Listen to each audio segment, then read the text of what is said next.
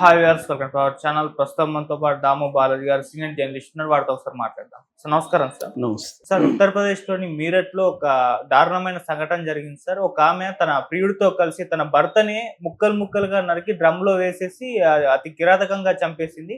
ఇప్పుడు ఇది దేశవ్యాప్తంగా కూడా వైరల్ అవుతుంది. మరి ఈ ఘటనలో అసలు ఏం జరిగింది? ఎందుకు వాళ్ళ భార్య అతన్ని చంపేసింది? మరి దీనికి సంబంధించి ఎటువంటి ఇన్ఫర్మేషన్ ఉంది సార్? మీరేం చెప్తారు దీనికి సంబంధించి? ఇదొక షాకింగ్ సంఘటన అని చెప్పొచ్చు. అంటే అతి హీనమైన, అతి ఘోరమైన క్రైమ్‌లలో ఇదొకటి. రెండోది ఒక మహిళ చేసిన క్రైమ్ కాబట్టి కూడా విపరీతంగా ఫోకస్ అయింది. మామూలుగా మనం చాలామంది అబ్బాయిలు వాళ్ళ లవర్స్‌ని కావచ్చు, భార్యలను కావచ్చు ముక్కలుగా నరకడాన్ని చూస్తున్నాము.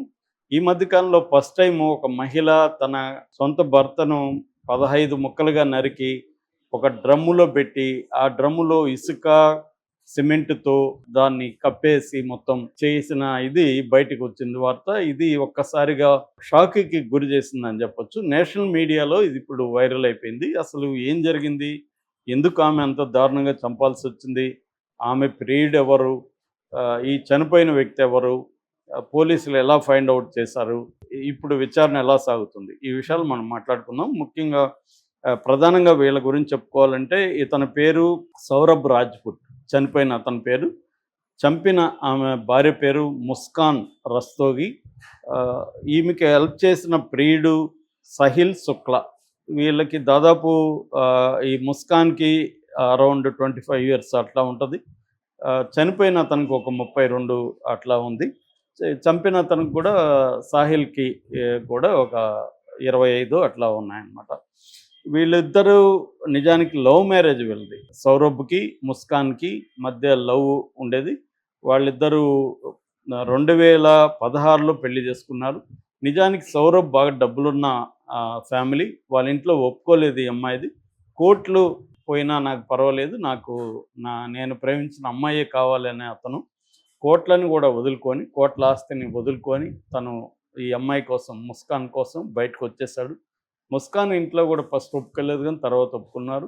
సో అలాగా తన ఆస్తి, అంతస్తు అన్నిటిని ధిక్కరించి ప్రేమ కోసం అతను వచ్చేశారు. అట్లాగా ఇద్దరు ఇరువైపులా పెద్దల్ని ఎదిరించి పెళ్లి చేసుకున్నారు వీళ్ళకి ఒక పాప పుట్టింది, 5 ఏళ్ళు ఇప్పుడు. సో ఈ నేపథ్యంలో ఏమైందంటే, ఈ అమ్మాయికి 8th క్లాస్లో ఒక ఫ్రెండ్ ఉండేవాడు. వాడే ఈ సహిల్ శుక్లా. వీడు 8th క్లాస్లో ఉన్నారు. ఆ తర్వాత వాడు పట్టించుకోలేదు ఈ అమ్మాయికి, వాడికి మధ్య గ్యాప్ వచ్చింది. మళ్ళీ 2009లో ఈ అమ్మాయితో కనెక్ట్ అయ్యాడు. కనెక్ట్ అయ్యి అతనికి డ్రగ్స్ అడిక్ట్ అనమాట.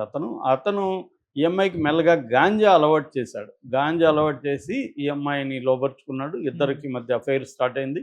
ఈ విషయం భర్తకు తెలిసింది. ఎవరు? సౌరభ్కి. సౌరభ్ వచ్చి మర్చెంట్ నేవీలో ఆఫీసర్. మామూలుగా ప్రపంచంలో మర్చెంట్ నేవీ అంటే ఎక్కువగా వ్యాపార నౌకలు, ఈ గూడ్స్ కానీ ఇవన్నీ తీసుకెళ్తాయి కదా, వీటిని మర్చెంట్ నేవీ అంటారు. ఈ మర్చెంట్ నేవీలో, లేకపోతే మర్చెంట్ మెరైన్ అంటారు, ఈ మర్చెంట్ నేవీలో ఇతను మంచి ఆఫీసర్గా ఉన్నాడు. ఎందుకంటే ప్రపంచంలోనే మర్చెంట్ నేవీలో ఆఫీసర్లను ఎక్కువగా సప్లై చేసే దేశం ఇండియానే అనమాట. దాదాపు 13% టోటల్ వరల్డ్ ఆఫీసర్లు ఇండియా నుంచే ఉంటారనమాట. ఇతను కూడా అలాగా మర్చెంట్ నేవీ ఆఫీసర్గా ఉంటున్నాడు. ఇక్కడే స్టార్ట్ అయింది ప్రాబ్లం. ఇతను ఎప్పుడైతే తన ఫ్యామిలీ కోసం కష్టం పడుతూ మర్చెంట్ నేవీలోకి, షిప్పుల్లోకి వెళ్తూ అతను నిరంతరం అనేక దేశాలతో తిరుగుతుంటాడు. షిప్పు ఒకసారి పోతే చాలా కాలం, 2 నెలలు 3 నెలలు రాదు. అలా గ్యాప్ వచ్చింది భార్యాభర్తల మధ్య. ఈ క్రమంలో ఈ అబ్బాయి ఆమెను తగిలాడు. ఎవరు? సాహిల్ శుక్లా. సో వీళ్ళిద్దరి మధ్య మంచిగా అఫేర్ నడుస్తుంది. రెండోది ఆమె కూడా డ్రగ్ అడిక్ట్ అయిపోయింది.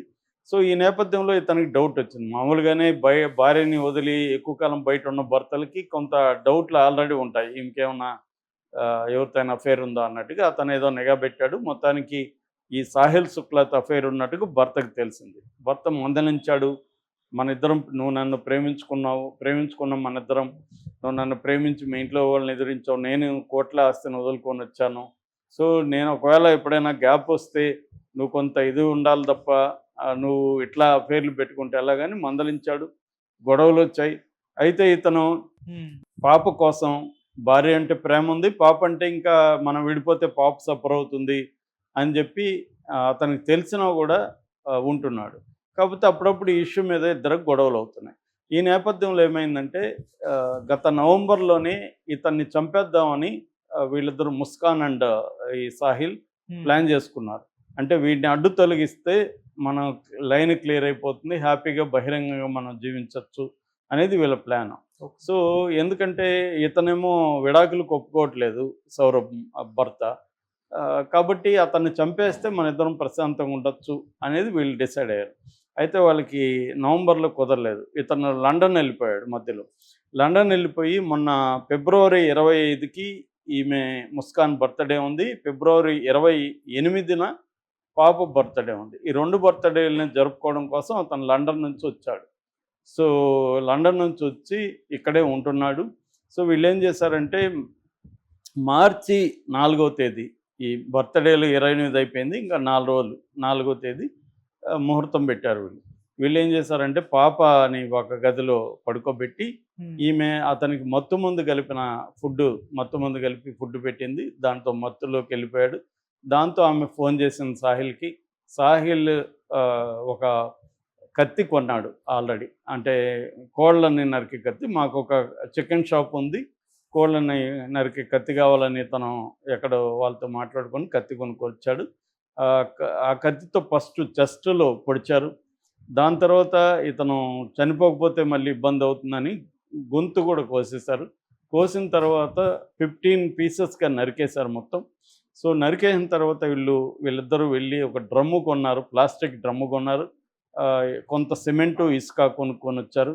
ఈ మొక్కల్ని ముందు కొంత సిమెంటు కింద వేసి, సిమెంట్ ఇసుక కలిపిన ఇదేసి దాంట్లో మొక్కల్ని వేసి, మళ్ళీ సిమెంట్ వేసి, మళ్ళీ మొక్కలేసి, మళ్ళీ సిమెంట్ వేసి అలా చేసేస్తారు. ఎందుకంటే సిమెంట్ వేసేసినాక ఇది గట్టిగా అయిపోతుంది కాబట్టి స్మెల్ రాదు, డీకంపోజ్ కాదు, బాడీ స్మెల్ రాదు అనేది వీళ్ళ ప్లాన్ అనమాట. ఓకే. సో అది అయిపోయినాక ఈమె ఏం చేసిందంటే ఆ అబ్బాయి సౌరభ్ భర్త సెల్ ఫోన్ తీసుకొని మెసేజ్ పెట్టింది వాళ్ళ ఇంటికి, నేను బయటికి వెళ్తున్నాను, మీకు అందుబాటులో లేకపోవచ్చు అని. చాలాసార్లు ఇతను షిప్పులో వెళ్తున్నప్పుడు వీళ్ళకి అందుబాటులో ఉండడు, సిగ్నల్స్ ప్రాబ్లం అలాగా, అందుకని వాళ్ళు పెద్దగా పట్టించుకోలేదు.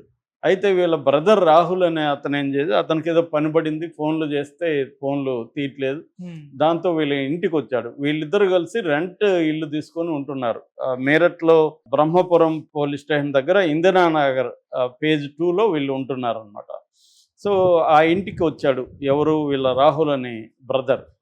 వచ్చి అయితే ఇతను లేడు. పక్కింటి వాళ్ళని అడిగారు, అతను కనిపించలేదన్నారు. ఈ అమ్మాయికి ఫోన్ చేశాడు. ఈ అమ్మాయి నేను మా పేరెంట్స్ ఇంటికి వచ్చానని చెప్పింది.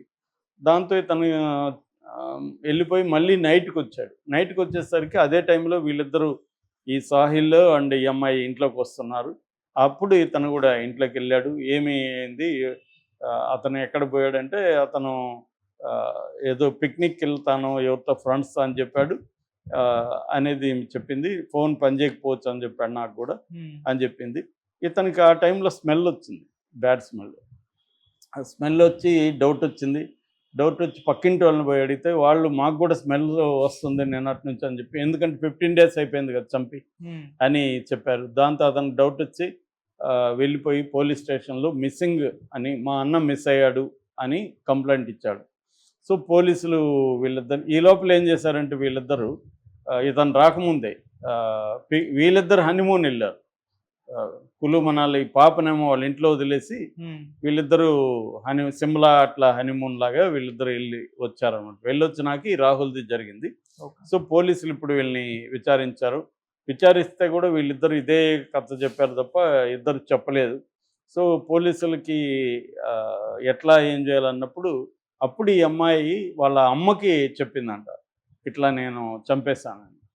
ఎవరు, ముస్కాన్ తన అమ్మకి చెప్పింది. వాళ్ళ అమ్మ పేరు కవిత రస్తోగి, వాళ్ళ నాన్న పేరు ప్రమోద్ రస్తోగి. సో దాంతో వాళ్ళిద్దరూ షాక్ అయ్యారు, వాళ్ళ అమ్మ నాన్న. ఏంది ఇది, వాళ్ళు ఊహించలేదు. ఎందుకంటే వీళ్ళు ఎంతో ప్రేమించుకొని ఎదురు తిరిగి పెద్దల్ని ఎదిరించి పెళ్లి చేసుకున్న వాళ్ళని